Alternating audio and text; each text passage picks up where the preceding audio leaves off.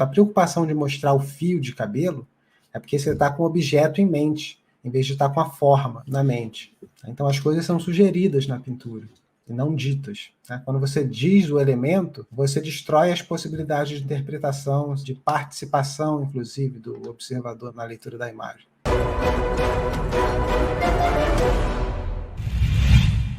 Se você não me conhece, prazer, o meu nome é Diego, eu sou ilustrador, concept artist, trabalho como senior concept artist aqui na Ubisoft Suécia e faço essas lives com a minha esposa Mariana, também ilustradora de concept, também ilustradora e artista de concept, para compartilhar conhecimento, fazer análise de pergunta. Jesus!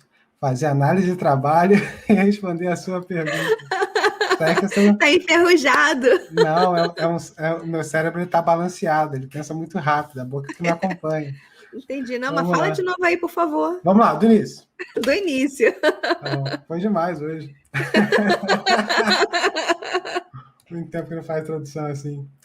Então, para você que não me conhece, seja bem-vindo, meu nome é Diego, eu sou ilustrador, concept artist, trabalho aqui na Ubisoft Suécia como senior concept artist e faço essas lives com a minha esposa Mariana, também é ilustradora e artista de concept, para responder perguntas, fazer análise de trabalho e compartilhar conhecimento.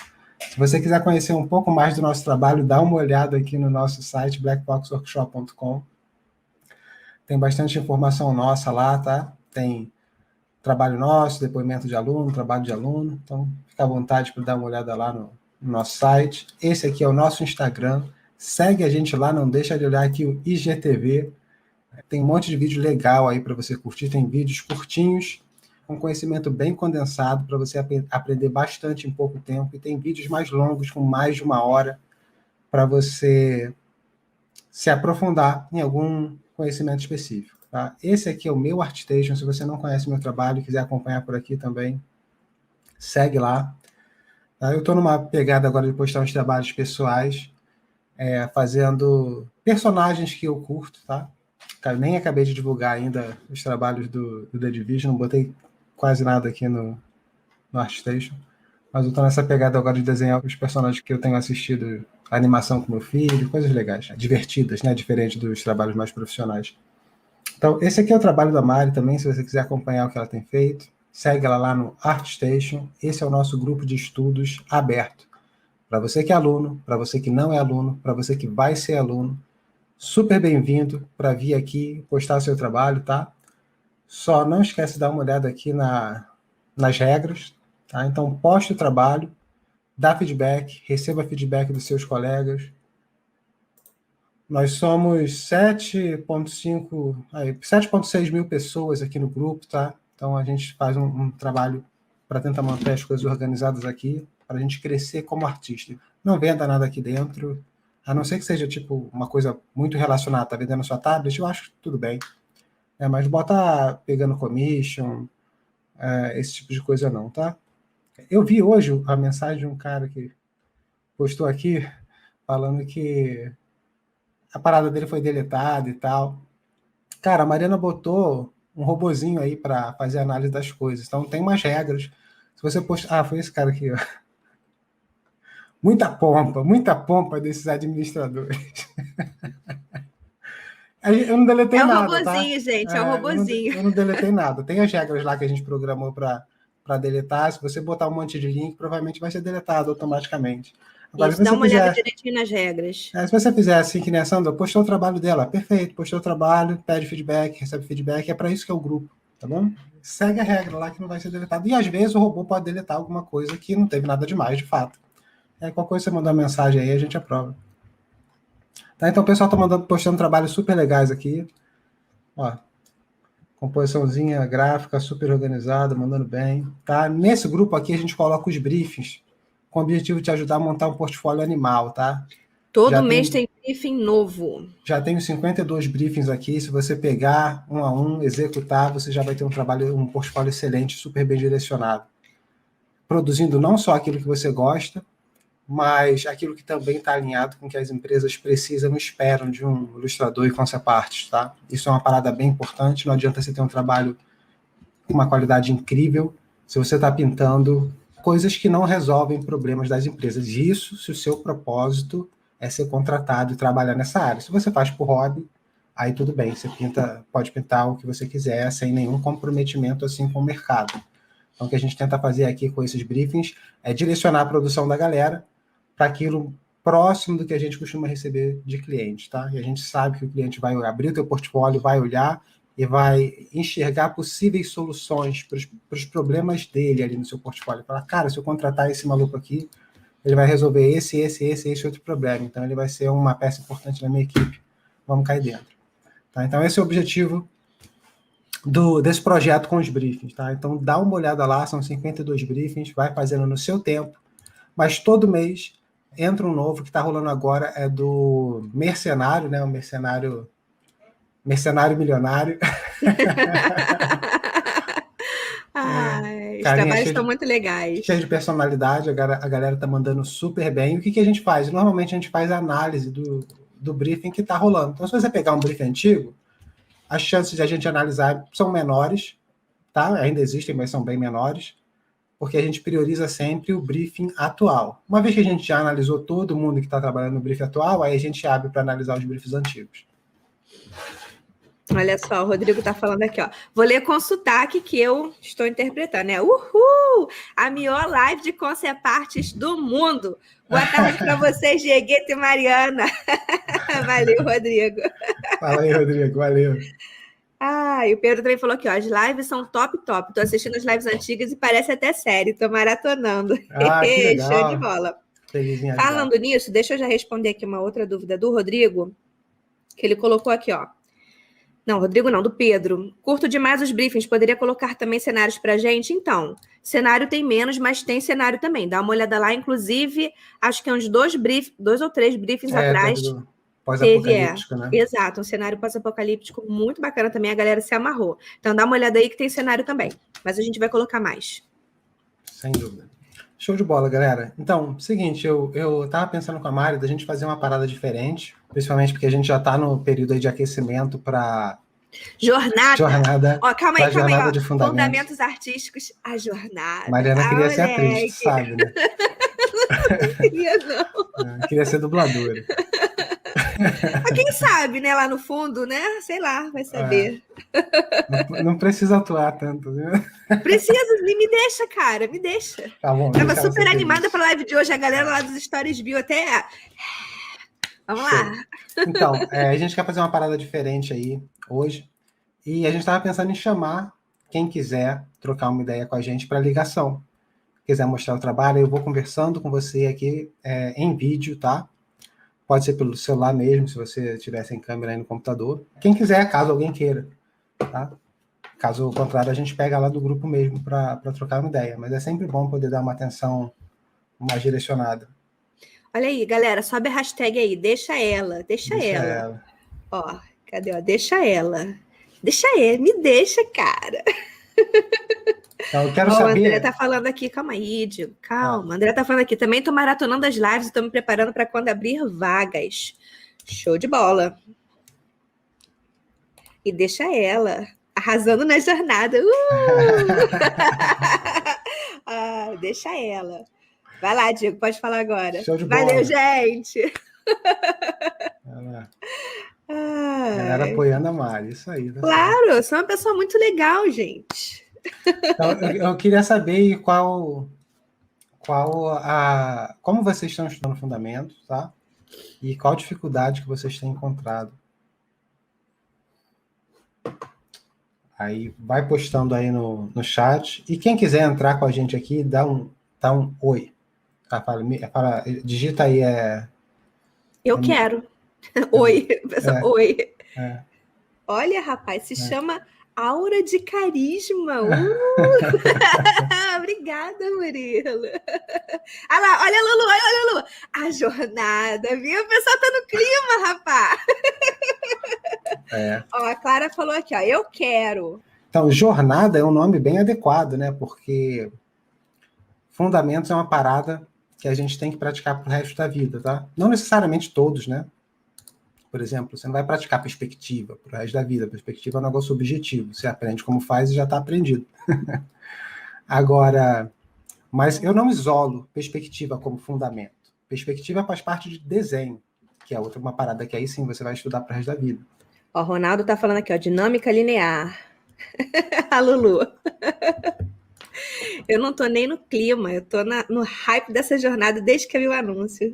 Assim que se fala. Que legal. Ó, Ronaldo também falou, personagem mais cenário confundo. Ashura e desenho de linha são o mesmo grupo de estudo? Abraços. Não, cara, você estudar Ashura em claro escuro. Ashura é só uma forma de você executar o claro escuro. Desenho de linha, não. Claro, no desenho de linha pode ser que haja Ashura, tá? Mas quando a gente diz desenho de linha, é a construção do desenho. Seria, por exemplo, isso aqui que está na tela, tá vendo? Aí, como você resolve algum claro escuro, né? Porque esse desenho aqui não é um desenho tonal. Deixa eu te mostrar o que é um desenho tonal. Ó, isso aqui é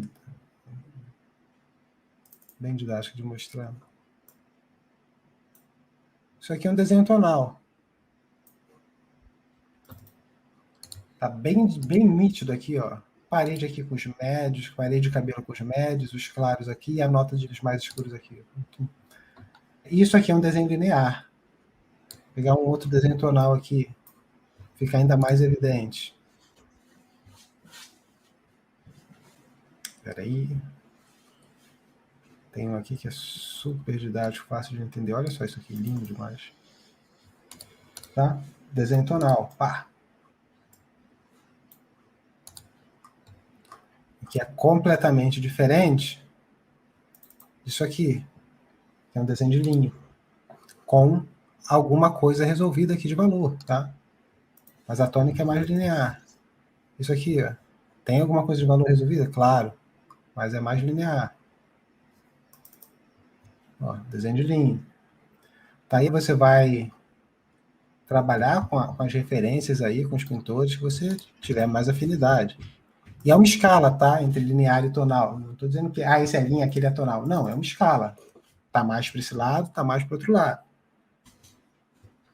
Agora, se o seu objetivo é estudar linha, o ideal é que você trabalhe com um tipo de desenho bem linear, com a pegada bem linear. Tá? E a Ashura é um jeito de resolver problemas de valor. Poderia ser com a guarda, por exemplo, a guarda de nanquim. Deixa eu ver se tem mais alguma pergunta. Tem sim, olha só. Ah. O Wendel está perguntando, estudar Charles Barks seria uma boa para aprender desenho de linha? O melhor material que você tem para estudar é o Charles Barks, tá? O Bouguereau dava aula usando as pranchas do Barks. Então, material fantástico. Você tem que ter consciência do que você está fazendo ali, de como que você está estudando aquilo ali. Mas o material é incrível. Galera, eu vou chamar mais alguém que quer entrar. Peraí, eu já estou falando com a Clara aqui já. A gente já está aqui já. Na verdade, estou falando aqui pelo chat. Falei para ela mandar uma mensagem. Ela falou que mandou. E aí eu estou vendo aqui. Achei. Olha, eu vou adicionar ela aqui, Diego. Aqui é onde? Mas vou mandar o link para ela, mas a gente continua lendo algumas perguntas antes de... Tá, antes de chamar ela. Tudo bem. Isso. Vou te mandar, Clara. Só Falou, um minutinho. Alexandre. Pronto, Clara, enviei. Deixa eu ler aqui a outra pergunta. Ó, o Pedro Nobre está perguntando. Diego e Mari, percebi que vocês gostam mais de trabalhar com manchas ao invés de linhas. A gente pode substituir desenho de linha por estrutura abstrata? Aí ele botou aqui, ó, desenho de mancha, no caso. Substituir desenho de linha por estrutura abstrata? Existe uma estrutura abstrata de linha e existe uma estrutura abstrata de mancha, tá? São duas coisas completamente diferentes. Não se substitui uma pela outra, não. Mesmo num trabalho mais manchado, existe uma dinâmica linear acontecendo ali. É aquilo que eu falei. Olha só essa pintura aqui. Tem o nível de contraste que está acontecendo. Isso é uma linha, tá? Embora ela não esteja desenhada aqui. Tá? Inclusive algumas pinturas, como eu falei, pegar a galera lá do Renascimento.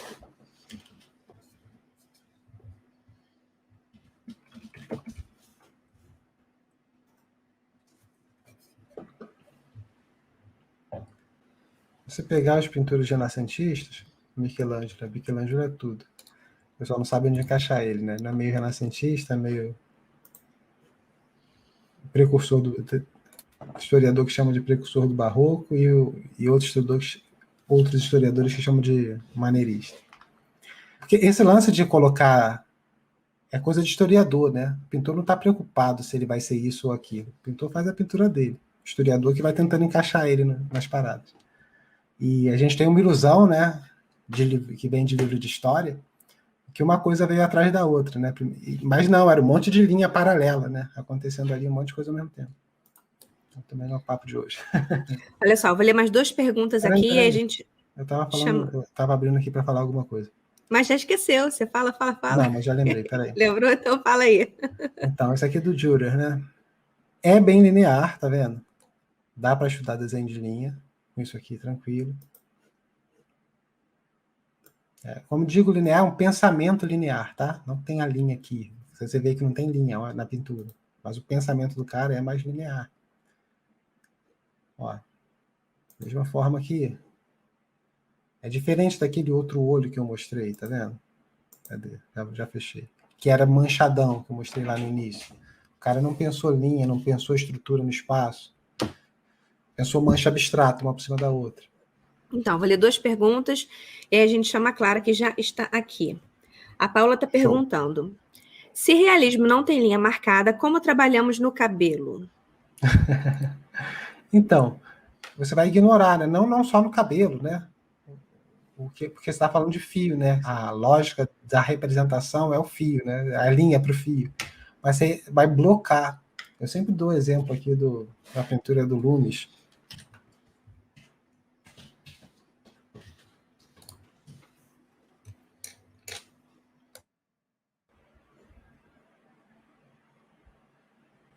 Cadê? Tem uma pintura específica que é muito didática.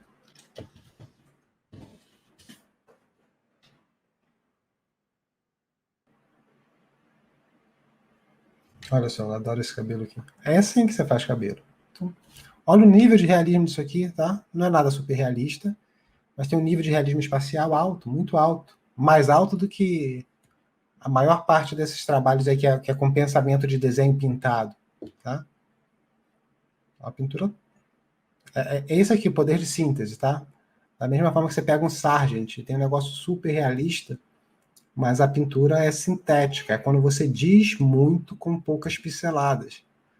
Tá? Então você comprime a informação ali de uma forma bem sintética, tá? Que faz sentido. Então você não precisa dizer o objeto. A preocupação de mostrar o fio de cabelo é porque você está com o objeto em mente, em vez de estar com a forma, tá? Na mente. Então as coisas são sugeridas na pintura, e não ditas. Tá? Quando você diz o elemento, você destrói as possibilidades de interpretação, de participação, inclusive, do observador na leitura da imagem. Tá? Então, um trabalho de arte, um trabalho técnico, um trabalho para fazer um concept para um jogo, é um trabalho mais, tem preocupação mais técnica, tá? Tô falando um trabalho mais com um grau de profundidade artística maior. Você evita dizer o objeto especificamente. Você sugere o objeto e deixa o observador participar na construção do objeto, enquanto ele lê a imagem. Tá? Então, especificamente para a sua pergunta, a resposta é isso. Como eu faço cabelo, se eu não posso usar linha para fazer os fios? Então, você vai fazer usando os blocos, tá? As massas gerais, que vão gerar essa ilusão do brilho do cabelo, do plano da cabeça, tá? Então, são com essas manchas abstratas aqui, com essa abordagem sintética, poucas pinceladas, dizendo muita coisa. Então, vou ler aqui a pergunta da Fernanda, que senão eu vou perder, e aí a gente chama a Clara. Fernanda perguntou assim: esse tipo de estudo, no caso você estava falando de estudo linear na hora, é melhor fazer no papel? Então, eu gosto mais de fazer no papel, tá? Mas hoje em dia tudo é digital, não tem nenhum problema de você fazer no digital, não. Só é importante que você use um brush minimamente adequado ali, com peso de mão, com a transferência ali ativada. Não pode ser não aconselho um brush duro, né? Então, você tem que apertar ele, tem que alargar, você tem que fazer suave, ele tem que entrar em modo de transparência. Então, porque você precisa mostrar ali algumas qualidades da linha. A gente vai ter uma aula só de linha, a gente vai se aprofundar nisso, tá? Mas você deve ser capaz de mostrar na linha que a velocidade com que ela foi feita, você deve ser capaz de mostrar o peso que você empregou ali na hora de fazer. Tudo isso vai interferir no ritmo que a pessoa lê a sua linha, tá? se ela tem um caráter provisório ou se ela tem um caráter definitivo. Tá? Tudo isso você deve ser capaz de mostrar quando você estiver estudando, né? No digital. Se você está com uma ferramenta que não te permite isso, aí vai perder um pouco de eficiência, né, o estudo. Mas no papel é ótimo, mas no digital também é ótimo. 90% dos brushes que a galera usa aí já tem tudo isso.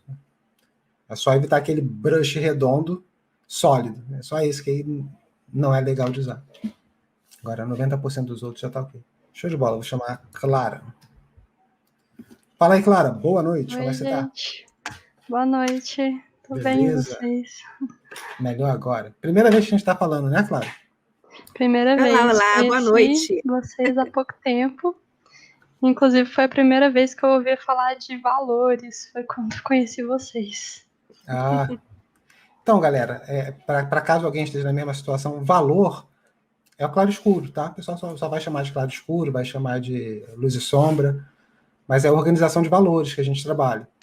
É só ter nomenclatura mesmo, né? Como a gente vem de pintura tradicional, pintura a óleo, é assim que o pessoal trata. Aí Isso. e já deixando aí uma outra parada de nomenclatura. Quando o pessoal fala tem que baixar os valores, quer dizer escurecer, tá? Então você vai baixar escurecendo, vai aumentar clareando.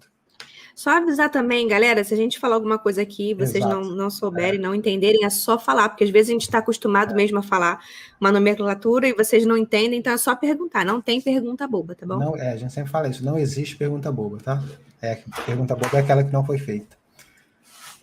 Mas aí, Clara, como é que você tá? O que você tem estudado? Como é que você conheceu a gente? Você falou que conheceu há pouco tempo? Eu conheci no Instagram, de repente eu vi lá Black Fox, eu falei assim, olha gente, o que é isso? E aí eu comecei a ver vários videozinhos daqueles que vocês postam no Instagram. Eu falei, nossa, isso é muito interessante. Aí depois eu vi que tava rolando maratona e peguei ela, tipo assim, no meio do caminho. Saquei. E agora eu tenho estudado muito, tipo assim, olho, boca, nariz, aí depois junto eles todos. E também tem pouco tempo que eu tô no digital. Eu fiz já, sei lá, minha vida inteira eu fiz só desenho em preto e branco com nanquim. Ah, Conan King? E aí, justamente porque eu tenho muito medo das cores. Quando eu coloco, é horrível. Exatamente como a Mari já falou. Já falei. Isso. Mas tem jeito. E aí eu me embolo tudo e também não consigo lidar com a luz e sombra quando eu coloco as cores. Então, olha só. Quando você trabalhava com nanquim, era o nanquim puro? Ou você chegou a mexer com a guarda de nanquim? O nanquim puro. Nanquim puro, só pretão, né? Tá. Aí você fica com trabalho preto no branco. O ideal é que você comece a desdobrar, pelo menos, antes de entrar em cor, desdobrar com um trabalho de valores mesmo, né? Então, um bom exercício, mesmo no tradicional, é você trabalhar com a Mais uma coisa aí, o que é desdobrar, Diego? Desdobrar o quê, Diego? Explica direitinho, de maneira clara. Desdobrar os valores é trabalhar com mais cinzas, tá? Então, mas eu ia explicar de qualquer forma mais para frente, se ia ficar claro. Por exemplo, como é que eu costumava fazer na faculdade? Pegava uma caixinha de gelo, né? Negocinho de fazer gelo, pequenininho, tinha uns 12 buraquinhos. Enchia tudo de água e eu vinha com conta-gota de nanquim. Né? E aí botava, esse primeiro aqui tem 10 gotas, o segundo 8 gotas, o terceiro 5 gotas, ia fazendo uma escala ali, de aguada. Tá? Começa com 3 cinzas, depois aumenta para 5 e vai até 7. Tá? É um excelente exercício. Pode ser no digital também, em vez de fazer... Falei só do tradicional, como eu fazia lá, pode ser o caso aí de você gostar de trabalhar com aquarela ou continuar com nanquim, que é lindo. Eu sinto uma falta de fazer mais disso.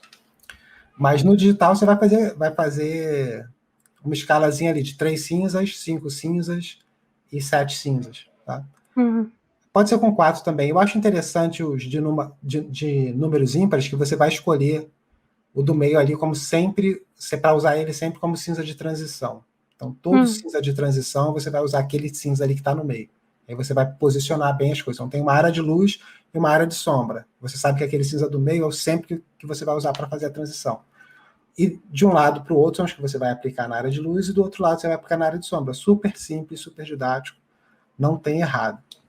Tá? Então, você está estudando, trabalhou com alto contraste, né? Branco do papel, preto do nanquim por bastante tempo. Então, o próximo passo é desdobrar um estudo mais de valores, desdobrar os cinzas, estudando com vários cinzas, como eu falei. Depois, monocromia, você pode gastar um tempo aí, escolhe uma cor e trabalha com essa cor, só clareando e escurecendo a própria cor. Você está me ouvindo bem? Está dando uma travadinha aí? O áudio está indo. Eu tive que conectar o Não, carregador, por isso. não, sem problema. Se você ficar com qualquer dúvida, fica à vontade para me interromper, tá? Se quiser me perguntar alguma coisa aí, só perguntar, se eu não estiver sendo claro. Depois de monocromia, você vai ter que começar a trabalhar com paleta terrosa. O que é a paleta terrosa? É um tipo de paleta reduzida. O que a gente faz com os alunos? A gente tem que reduzir a liberdade do aluno, porque ele não tem maturidade para tomar decisão ainda, tá? Então, eu vou cortar. O que acontece com o pessoal? Você abre o Photoshop, 1 zilhão de cores. A galera tem esse excesso de liberdade e faz uma lambança quando vai pintar. Que é a mesma coisa que você larga o cara, vem de avião assim, larga ele no deserto aí, anda para onde você quiser, camarada, anda aí. Ele vai ficar rodando ali, vai morrer no deserto. Então, o que você tem que fazer, a gente tem que fazer é botar ele na estrada, de costas ali para a parede, onde ele só possa andar para frente. Oh, Mariana, mexeu aí, fiquei com a cara gigante aqui, né? Deixa eu diminuir minha câmera. Para ele só andar para frente, tá? Então, a gente corta as opções de escolha ali. Vai trabalhar só com 2 cores, tá? Vermelho e amarelo, quebrado, tá? O que é quebrado? Vai dar uma desaturada nele. Então, seria tipo, na pintura a óleo, vermelho de terra siena queimada e o amarelo ocre, tá? Que é vermelho terroso e um amarelo terroso. Preto e branco. Preto e branco é valor, tá? Não vai entrar como cor, então não conta. São 2 cores que você vai misturar com preto e branco e vai gerar uma série de outras cores. Então, isso vai te forçar a perceber a relação sutil entre as cores. Tá? Porque, pô, se eu pego um amarelão, boto um azul forte do lado, é óbvio, todo mundo vê essa relação. Tá? Mas a gente quer afiar a percepção. E para isso eu tenho que sutilizar a relação. Então, você só tem vermelho e amarelo, vermelho quebrado, amarelo quebrado. Como é que você gera um verde daí? Tá? Então, você começa a misturar, por exemplo, amarelo com preto. Aí você vai ver que ele dá um esverdeado.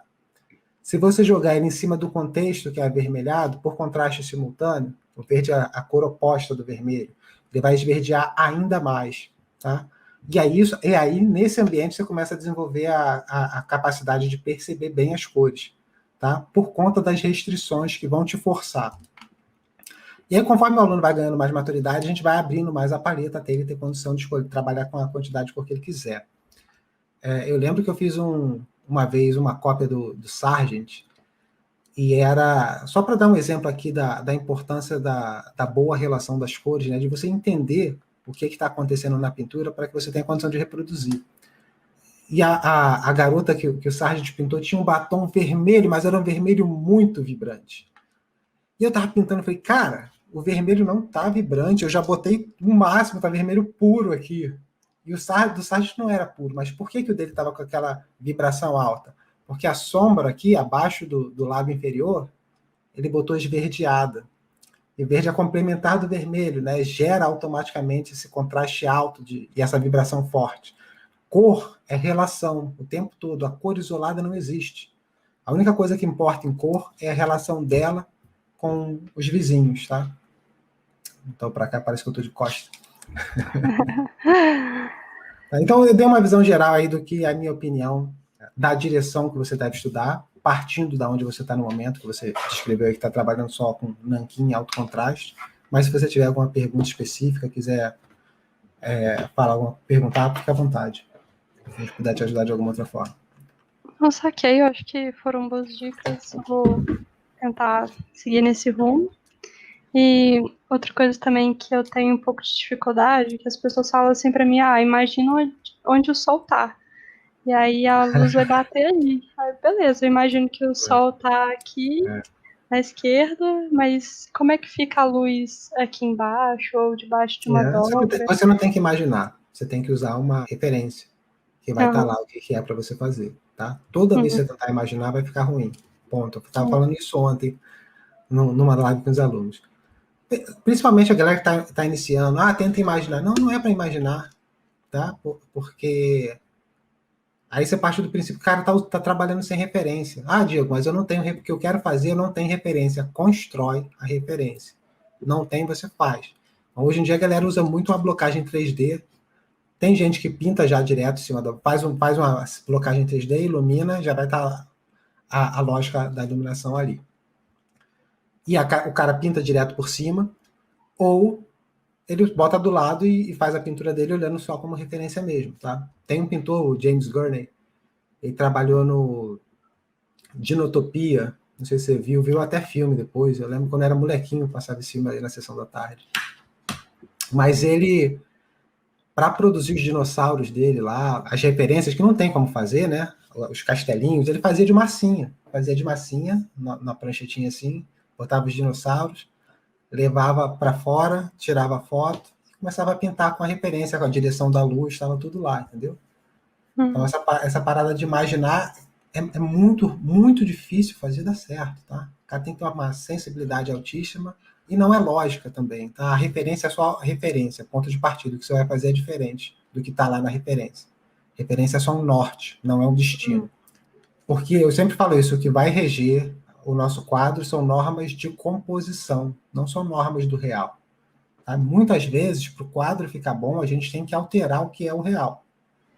Deixa eu só fazer uma resumida aqui, Diego, porque você falou. Falei pra caramba, né? Só para ver se ficou claro. Só para ela sair daqui assim, tá bom, é isso que eu tenho que fazer. Tá. É o seguinte, você falou que você trabalha, então, com 2 cinzas, né? Que é o nanquim, o preto do nanquim e o branco.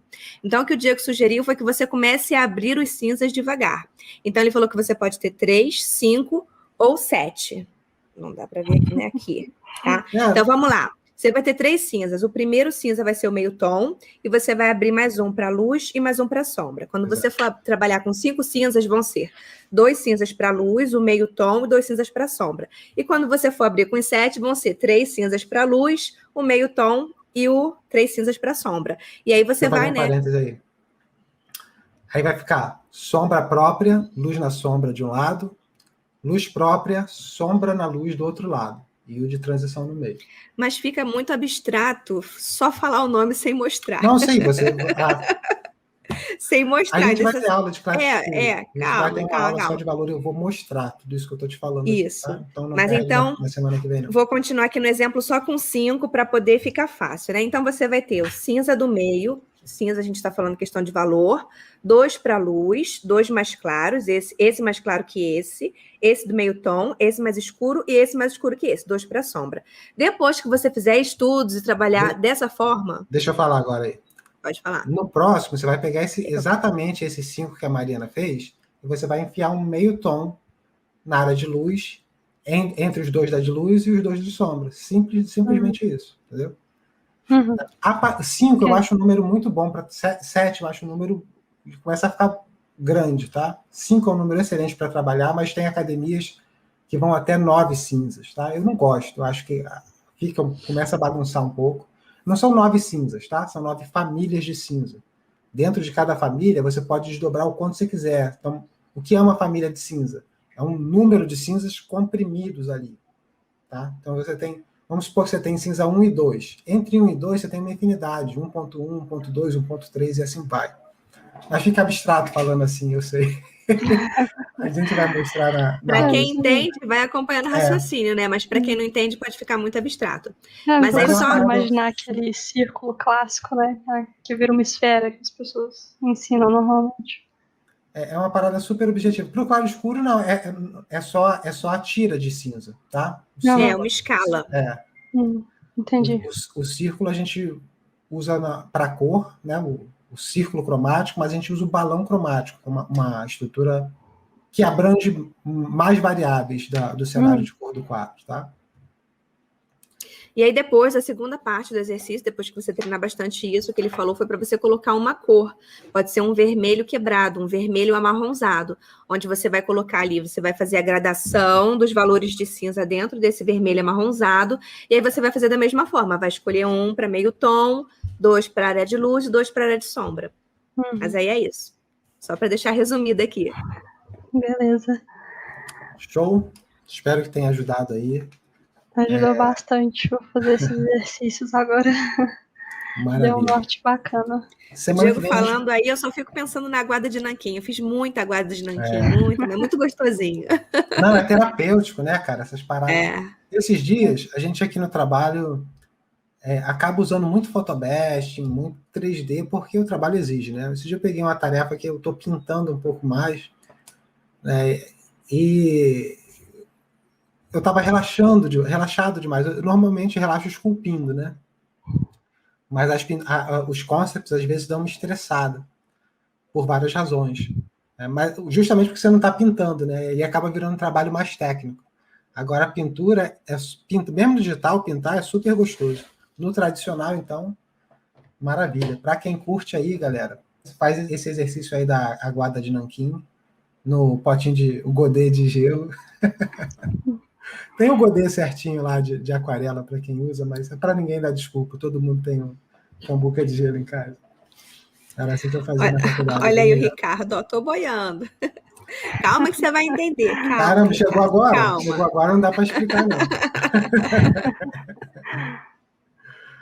Show de bola, então, Clara. Muito obrigada, gente. Manda bala aí. Não sei se você está lá no grupo, mas se não tiver, entre. Vai postando lá o que você fizer. Tá? O grupo é um grupo bem amistoso. Não precisa estar pronto, não precisa estar bonito. É legal mostrar o que você está fazendo para receber o feedback da galera e para dar feedback também no trabalho dos colegas. Falou? Beleza. Um abração, fica com Deus aí. Manda bala. Tchau. Até mais.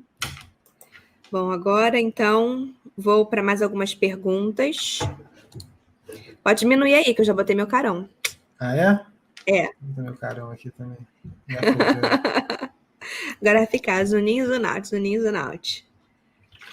Vamos lá. Deixa eu responder do arroz, já vi essa pergunta aí umas 3 vezes. Me afogando.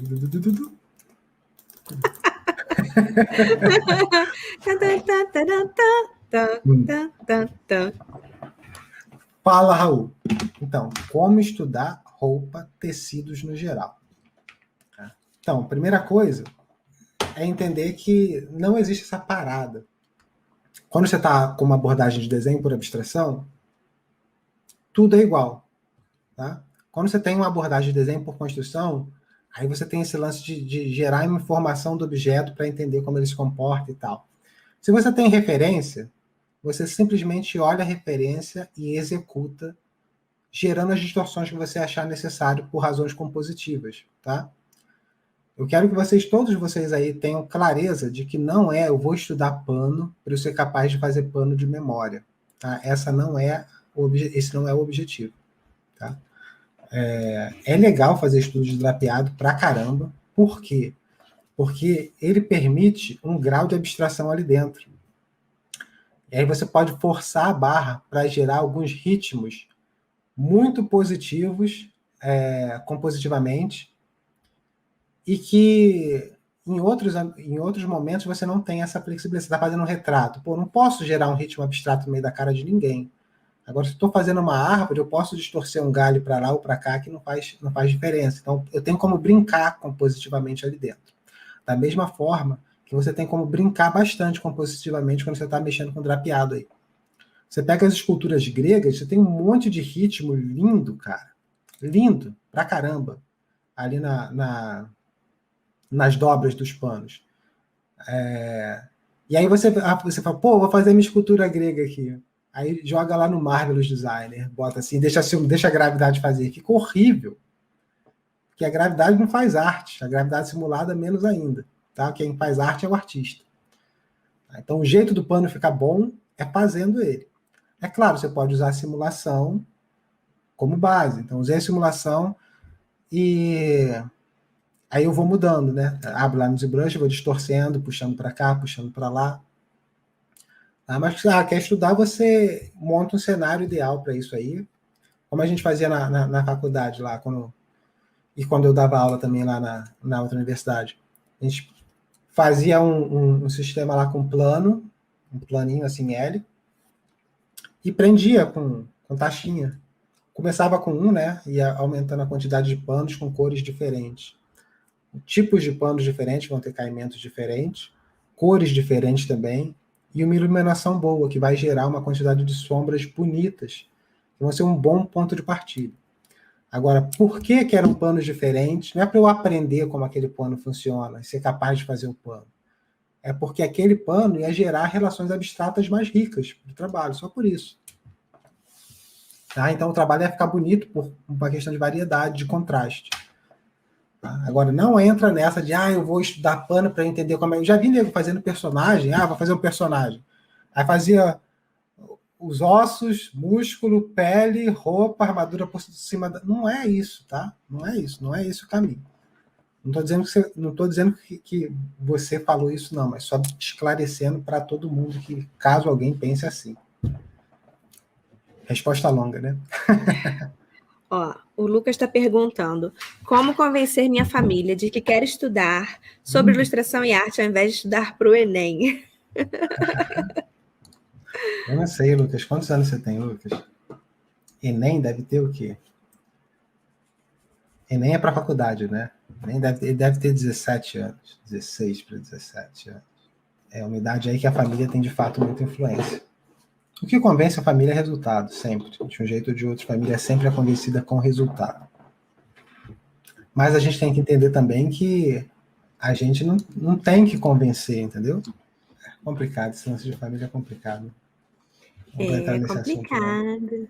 Eu sou pai, eu sei direitinho como é. Fala, agora eu sei direitinho como é que é, né? Agora eu sei. Tudo bem. Mas a gente tem alguns vídeos aqui no canal sobre o assunto, né? Fazer faculdade ou não fazer faculdade, tá? Depois dá uma olhada aqui. Minha opinião é a seguinte: não vale a pena. Se você quer trabalhar com ilustração e concept, não vale a pena fazer faculdade. É zero, tá? Zero, vale zero.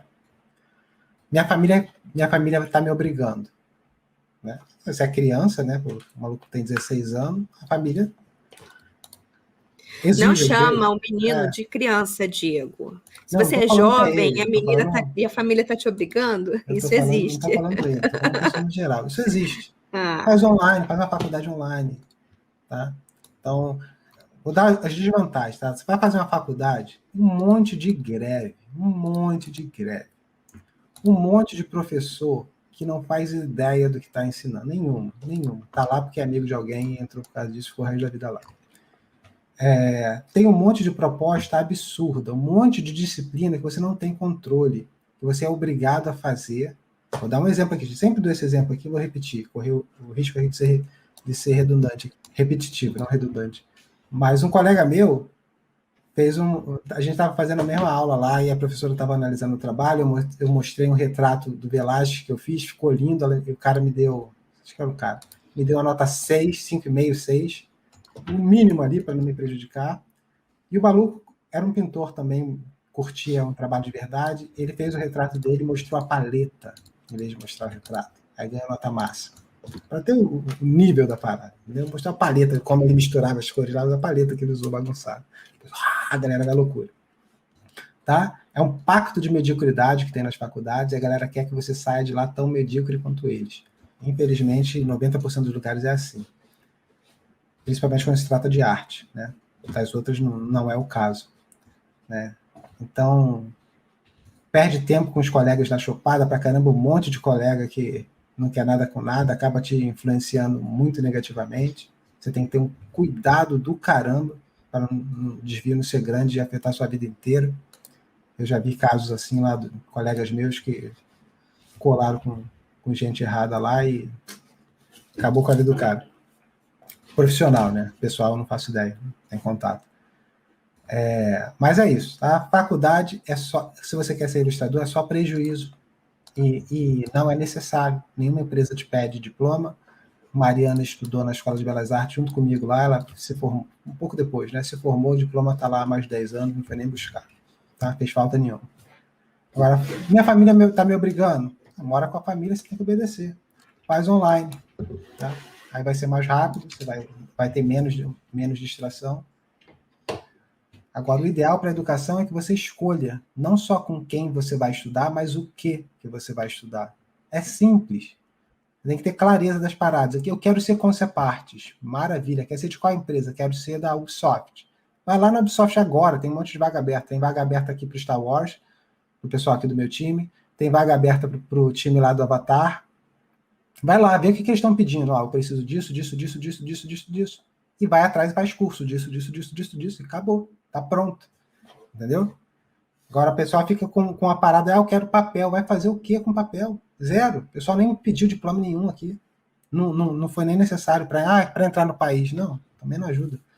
Acho que para os Estados Unidos é mais difícil, talvez ajude alguma coisa lá, mas é o caso de... O pessoal sempre bota graduação ou equivalência. Essa equivalência é qualidade de trabalho, nível de portfólio, que é o que realmente conta.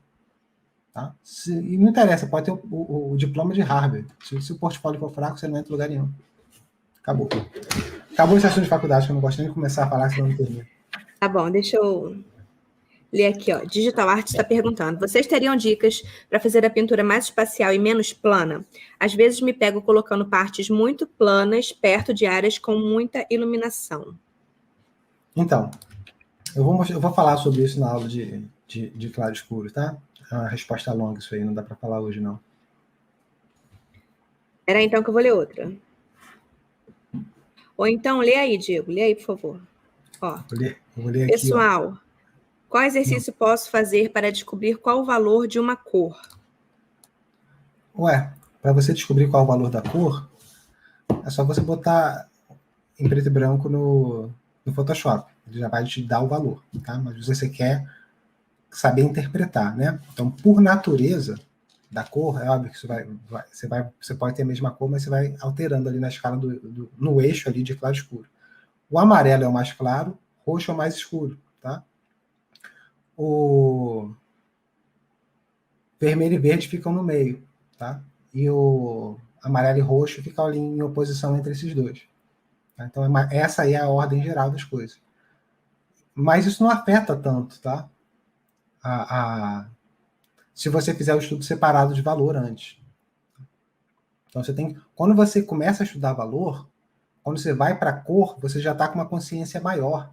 Por isso que eu falei para a garota que a gente conversou aqui há pouco tempo. Para Clara, para estudar, gastar um tempo estudando, fazendo exercícios de desdobramento de valores.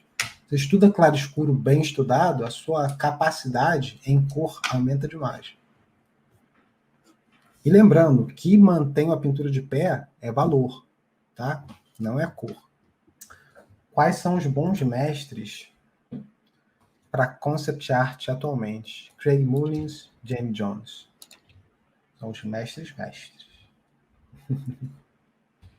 Por quê, né? Porque eles têm a minha percepção do porquê. Os dois têm uma base sólida, não só em fundamentos, mas em arte tradicional. Tá? Então, o Craig Mullins é pintor a pé, pintar a óleo. O Jamie Jones eu suspeito que também pinte a óleo, mas eu nunca vi nada a óleo do Jamie Jones. Mas dá para ver claramente na pintura dele que ele tem a síntese de pintor. Né? Aquela capacidade que eu estava falando do Loomis. Né? Meu nível é bem iniciante. Tu acha que o curso de vocês é para mim ou deveria ter uma base antes de começar o curso de vocês? Então, no nosso curso, no Pintura Digital Método, a gente tem módulos aprofundados de fundamento para a galera lá. E a gente vai abrir uma comunidade voltada só para fundamentos, tá? Se você quiser, qualquer um dos dois está tranquilo. Só que são pegadas diferentes. A pegada do Pintura Digital Método é ensinar os processos mais utilizados na indústria de ilustração e concept para resolver problema dentro da empresa, como a galera faz lá dentro. E a comunidade vai ser voltada para fundamento, para que você se torne o melhor pintor que você pode ser. Não só pintor, né? A gente vai ver escultura também lá dentro. Principalmente porque esculpir também principalmente no digital, né? É uma ferramenta excelente de estudo, né? Você estuda anatomia demais esculpindo. Então, beleza, galera. A gente vai encerrar. Foi um prazer enorme estar com vocês aqui. E é isso, galera. Foi um prazer estar aqui com vocês. Muito obrigado. E amanhã tem mais. Valeu. No mesmo horário. Abração.